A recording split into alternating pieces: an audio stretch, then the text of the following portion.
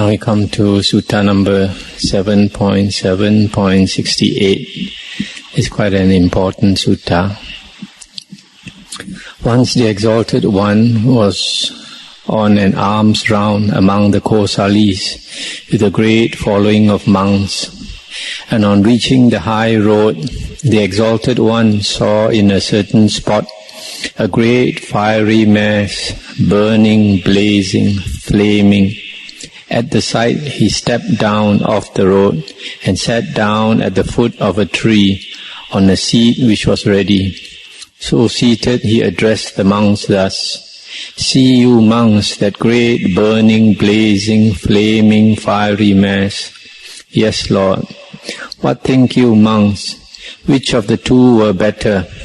That one should sit or lie beside that great burning, blazing, flaming, firing mass, caressing it, or that one should sit or lie beside some maid, whose hands and feet are soft and fair, of noble birth, or Brahmin birth, or yeoman birth, caressing her?" And one of the monks said, "Surely, Lord, it were better to sit or lie and caress some maid of noble Brahmin or yeoman birth, whose hands and feet are soft and fair. Ill indeed, Lord, were it to sit or lie and caress that great burning, blazing, flaming, fiery mass. Monks, I declare unto you, I protest unto you, it were better for a wicked man of evil nature, unclean and of suspicious conduct, full of secret actions, no recluse, though vowed thereto, unchaste, though vowed to chastity, rotten to the core, lustful and vile, to sit or lie and caress that great burning, blazing, flaming, fiery mass. And why? On account of these monks he may suffer death, or ill amounting to death, but not for that reason, on the breaking up of the body after death, would he arise in the untoward way, the ill way, the abyss hell. But when a wicked man of evil nature, unclean and of suspicious nature, etc., lustful and vile, sits or lies caressing some maid of noble Brahmin or yeoman birth, whose feet and hands are soft and fair, he does so to his harm and ill for many a day. For on the breaking up of the body after death, he is reborn in the untoward way, the ill way, the abyss in hell. What think you monks? Which of the two were better? That a strong man with stout horse hair rope should bind and crush both one's legs, so that the rope cut the skin, then the underskin, then the flesh, then the tendons, then the bones, and stay touching the marrow. Or that one should enjoy the salutations of wealthy nobles, wealthy Brahmins, wealthy yeomen. Surely, Lord, it were better to enjoy the salutations of the wealthy. Ill indeed were it, Lord, that a strong man should bind and crush one's legs to the marrow. Monks, I declare unto you, I protest unto you, it were better for a wicked man of evil nature, unclean and of suspicious conduct, full of secret actions, no recluse, though vowed thereto, unchaste, though vowed to chastity, rotten to the core, lustful and vile, that a strong man should bind and crush both his legs with rope, so that it cut the skin, the underskin, the flesh, the tendons, the bones, and stay touching the marrow. And why? On account of these monks, he may suffer death, or ill amounting to death, but not for that reason, on the breaking up of the body, would he be reborn in hell. But when a wicked man enjoys the salutations of wealthy nobles, wealthy Brahmins, wealthy yeomen, he does so to his harm and ill for many a day. For on the breaking up of the body after death, he is reborn in hell. What think you monks? Which of the two were better? That a strong man with sharpened sword, clean in oil, should smite one on the rump, or that one should enjoy the obeisance of the wealthy? Surely, Lord, it were better to enjoy the obeisance of the wealthy. Ill indeed were it to be smitten on the rump. Monks, I declare unto you, I protest unto you, it were better for a wicked man of evil nature, unclean, and of suspicious conduct, etc., that a strong man should with sharpened sword, cleaned in oil, smite him on the rump. And why?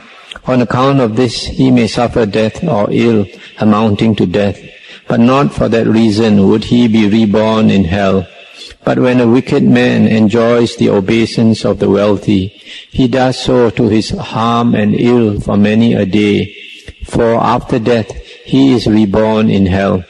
What think you, monks, which of the two were better?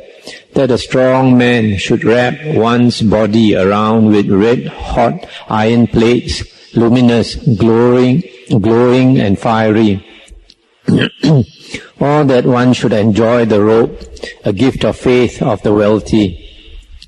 Surely, Lord, it were better to enjoy the robe, a gift of faith of the wealthy.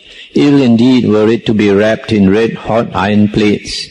Monks, I declare unto you, I protest unto you, it were better for a wicked man of evil nature, unclean, etc., that a strong man should wrap his body around with red-hot iron plates, luminous, glowing, and fiery.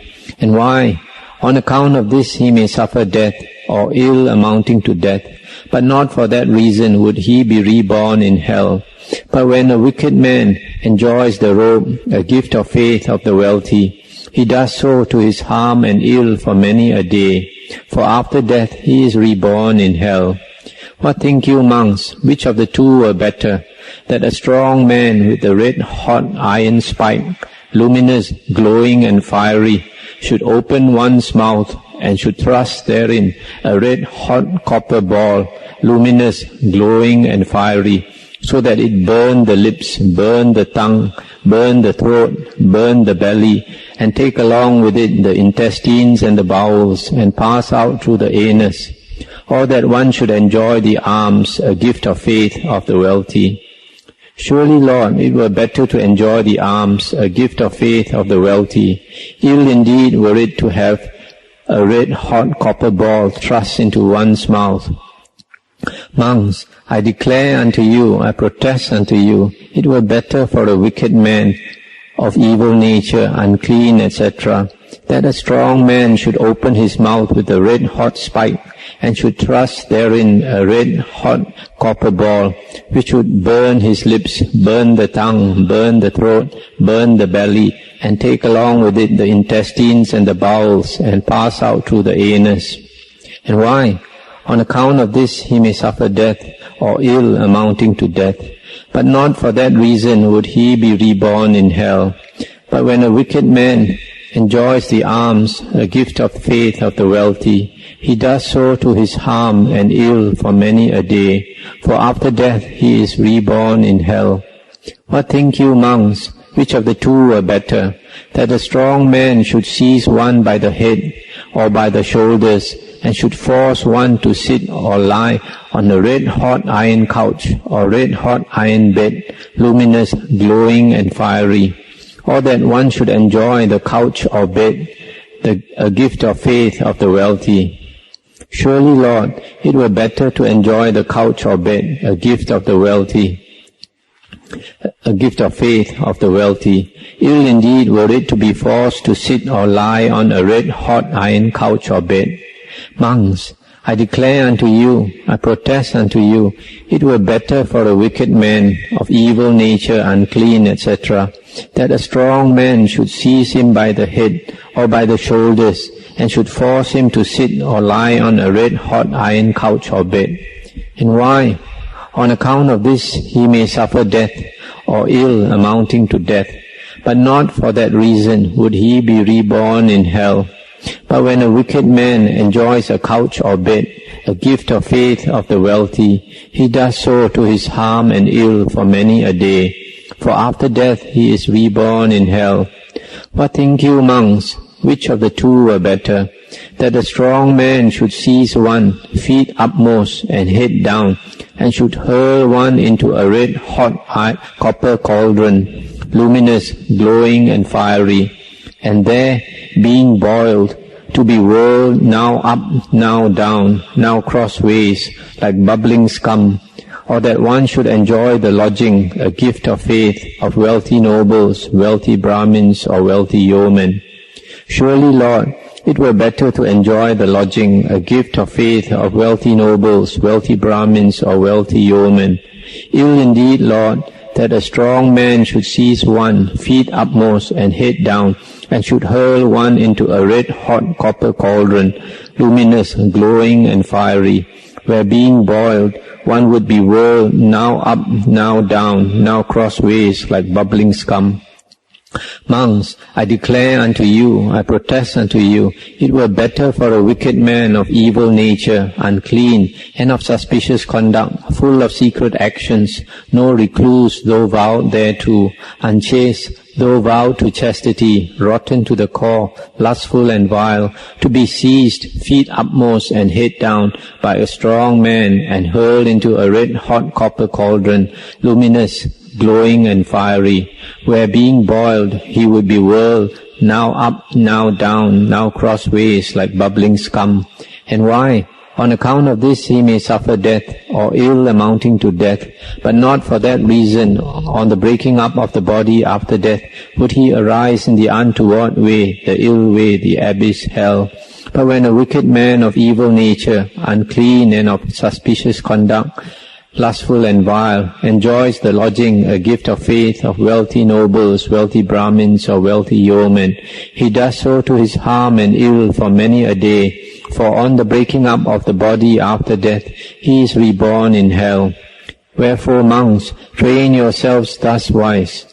Of whomsoever we enjoy the requisites, that is to say, the robe, alms, lodging and medicines, unto them such services will become very fruitful, very profitable, and unto us also this going forth will not become a barren thing, but fruitful with issue. Train yourselves in this way, monks. Monks, for one who can see his own weal, to strive earnestly is well worthwhile. For one who can see another's weal, to strive earnestly is well worthwhile. For one who can see the weal both of self and others, to strive earnestly is well worthwhile. Thus spoke the Exalted One. Now while this exposition was being delivered, from the mouths of as many as 60 monks hot blood gushed forth. 60 more gave up the training and returned to the lower life, saying, hard is the task of the Exalted One. Very hard is the task of the Exalted One. But the hearts of 60 others became without attachment and freed from the asavas. That's the end of the sutta. It's quite an interesting and quite a strong sutta.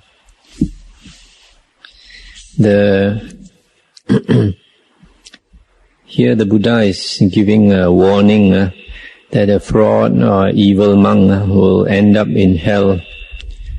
And the descriptions of the different kinds of suffering that the Buddha described actually in some other suttas we can see these are the types of suffering that a person undergoes when a person falls into hell. And this kind of suffering in hell is for a long time. And that's why the Buddha said it is better to suffer these various kinds of suffering now than to be a fraud, a rotten monk and accept all the offerings of lay devotees, because after that person, if he were to be that kind of a evil monk, then he would have to suffer all these types of suffering many times and for a long time in hell. So it is better for a monk to disrobe if he cannot live the holy life purely. That is why, like in Thailand, it seems there's a saying that there are many people with yellow robes in hell. And also you find towards the end, many of the monks couldn't accept this teaching by the Buddha, and some of them blood came forth from their mouth, and some disrobed and returned to the lower life. But those who realized the teaching, they were freed of the asavas and became arahants. Some monks who are not real monks, they don't like suttas like this, because it is very, how do you say it, it's right on spot on, as they say, and this is, the words used also are quite strong. Now we come to the next sutta, 7.7.69. This is another very good sutta.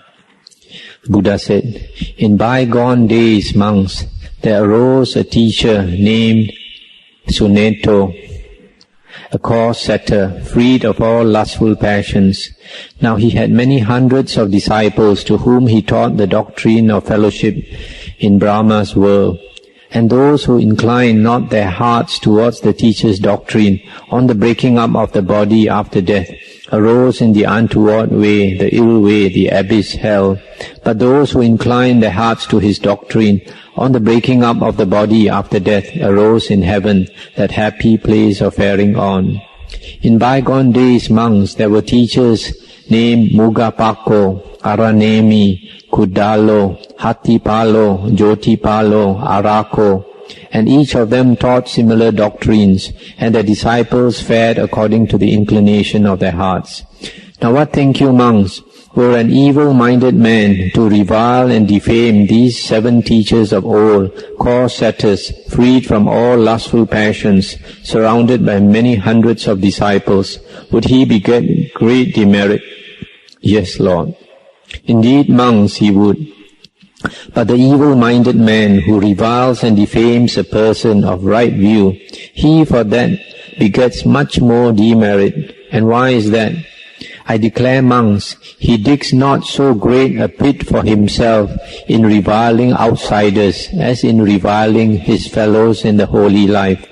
Wherefore, monks, train yourselves thus. Not unto us shall there come evil thoughts about our fellows in the holy life. Thus must you train yourselves, monks." That's the end of the sutta. So in this sutta, this Buddha is talking about various external ascetics in the past. And he calls them course setters. Course setter is one who starts a new sect, who starts a course, a new teaching, starts a new sect on a new religion. And the Buddha also calls them, describes them as being freed of all lustful passions. The reason is because they have attained jhanas, because they teach doctrine of fellowship in Brahma's world. That means they teach the Brahma viharas, meditations on loving kindness, metta, on mudita, joy, on karuna, compassion, and upekha, equanimity. And when a person cultivates these Brahma viharas, that person attains the jhanas, and because of that the Buddha describes them as being freed of all lustful passions, because when a person attains the jhanas, according to the suttas, the 5 hindrances are abandoned. Abandoned means they are cut down, just like tall grass. It's cut down, it doesn't impede you anymore, it doesn't hinder you anymore. But that doesn't mean the roots are uprooted. The roots are still there, but because they are cut down, they no more hinder a person. So that's why they are described as being freed of all lustful passions. Now these 7 course setters are supposed to be the previous rebirths of the Bodhisattva or Buddha in the previous life. And here the Buddha is saying that if you revile such teachers who attain jhana and who teach a doctrine of fellowship in Brahma's world, then you get very much demerit. And so in reviling a person who attains jhana, you get much demerit, because jhana is described in the Vinaya as one of the, what they call Uttari Manusa Dhamma, Dhamma which is higher than a human attainment. Higher than a human attainment. It's not a normal human state. That's why some people, they don't understand the jhanas. They say, in a state of jhana, there is no mindfulness. It's absolutely not true. State of jhana is a state of intense mindfulness. And it's very difficult to attain state of jhana, just like it's difficult to become an Arya. It's not something that a normal person easily gets. That's why it's called Uttari Manusa Dhamma. So just reviling a person who attains jhana, you get much demerit. But if you revile a person, defame a person with right view, that means a person who understands the Dhamma, then you get very much more demerit. And the Buddha said, I declare monks, he digs not so great a pit for himself in reviling outsiders as in reviling his fellows in the holy life. That means you revile, you abuse somebody, an external sect ascetic, you get much demerit. But you abuse a monk in the Buddhist religion, then you get much more demerit if that person understands the Dhamma and has right view. So this is a warning that we should be careful not to have hatred for monks, especially if they keep the Vinaya and they meditate, they cultivate themselves. Even if you have any difference of opinion with them, not to have any hatred for them. The next sutta is 7.7.70. The Buddha said, long ago, monks, there was a teacher named Arako, a course setter, freed of all lustful passions, and he had many hundreds of disciples. Now this was the doctrine that he taught his disciples. Short is the life of man, O Brahman, insignificant, trifling, fraught with much ill, with much trouble. By mantras awaken the people, do good, live the holy life. For the born there is no immortality. I'll just stop here for a moment. Here this course setter, Arako, he is talking to his disciples, so he called them Brahman or Brahmana. In the olden days, the renunciants were called Brahmanas because they were initially the renunciants were of the what we now call the Brahmin sect, but long ago they were called Brahmanas. And then this external sect ascetic, Arako, he's one of those who teach mantras. Mantras are different from suttas. Suttas that we chant, they consist of words with meanings, but mantras are words which have no meaning to us. There is no meaning to us, but there's something about these mantras which make them quite powerful, because they seem to invoke some spirits. So this Arako continued, he was teaching his disciples. He said, just as a drop of dew on the tip of a blade of grass, when the sun gets up, straight away dries up and lasts not a while. Even so, Brahman, like a dew drop is the life of man, insignificant, trifling, fraught with much ill and trouble. By mantras awaken the people, do good, live the holy life. For the born there is no immortality. Just as a bubble appears on the water when the sky deva rains down big drops, but straight away bursts and lasts not a while, even so, Brahman, like a water bubble is the life of man, insignificant, trifling, fraught with much ill and trouble. For the born there is no immortality.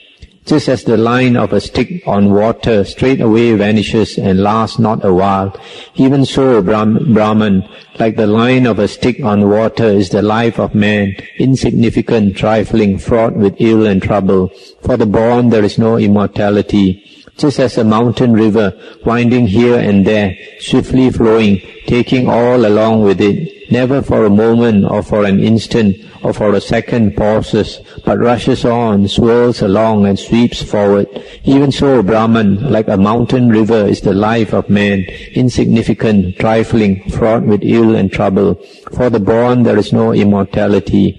Just as a strong man might fashion a gob of spittle on the tip of his tongue and spit it out with utmost ease, even so, Brahman, like a spittle gob is the life of man, insignificant, trifling, fraught with ill and trouble. For the born there is no immortality. Just as a lump of meat thrown into an iron pot heated all day, straightway splits up and lasts not a while. Even so, Brahman, like a lump of meat is the life of man, insignificant, trifling, fraught with ill and trouble. For the born there is no immortality. Just as a cow about to be slaughtered, being led to the shambles, each time she raises her foot is nearer to destruction, nearer to death. Even so, Brahman, like a doomed cow is the life of man, insignificant, trifling, fraught with much ill and much trouble. By mantras awaken the people, do good, live the holy life. For the born there is no immortality. Now at that time, monks, the span of man's life was 60,000 years, and at 500 years girls were ripe to wed. Then man had but 6 afflictions, namely cold and heat, hunger and thirst, and the twofold excrement.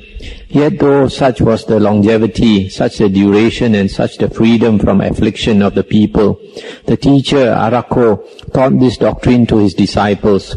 Short is the life of man, O Brahman, insignificant and trifling, fraught with much ill, much trouble. By mantras awaken the people, do good, live the holy life. For the born there is no immortality.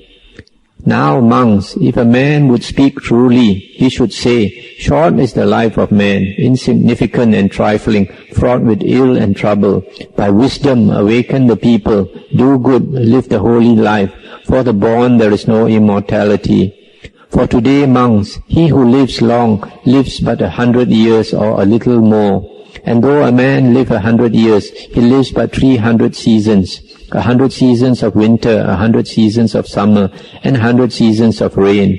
And though he live 300 seasons, he lives but 1200 months. 400 months of winter, 400 months of summer, and 400 months of rain. And though he live 1200 months, he lives but 2400 fortnights, 800 fortnights of winter, 800 fortnights of summer, and 800 fortnights of rain. And though he live 2400 fortnights, he lives but 660,000 days, 630,000 days, 12,000 days of winter, 12,000 days of summer, and 12,000 days of rain. And though he lives 630,000 days, he eats but 270,000 meals, 420,000 meals in winter, 420,000 meals in summer, and 420,000 meals in the rainy season. This includes mother's milk and foodless times. Here by foodless times is meant, agitated he eats no food, grieved he eats no food, ill he eats no food, fasting he eats no food, and not getting any he eats no food. Thus monks, I account the life of man who lives 100 years, his lifespan, the seasons, the years, the months, the fortnights, the days and nights, meal times and foodless times. So, the Buddha continued, the last part. Monks, the work to be done by a teacher for his disciples, seeking their good by compassion, because of compassion, that has been done for you by me. Monks, at the foot of these trees, in these empty places, cultivate jhana, monks. Be not slothful. Let there be no occasion for you to reproach yourselves afterwards. This is our command to you. That's the end of the sutta. And it's quite an interesting sutta. You can see this called Setter Arako. He can be considered an external sect teacher because he does not teach the Buddha Dhamma. Yet we can see that there is some good Dhamma in his teaching, since he was telling people about the impermanence of life and the urgency to cultivate the spiritual path. And the similes given in his teaching are quite good. For example, he says, just as a drop of dew on the tip of a blade of grass, when the sun gets up, straight away dries up and lasts not a while. Even so, like a dewdrop is the life of man.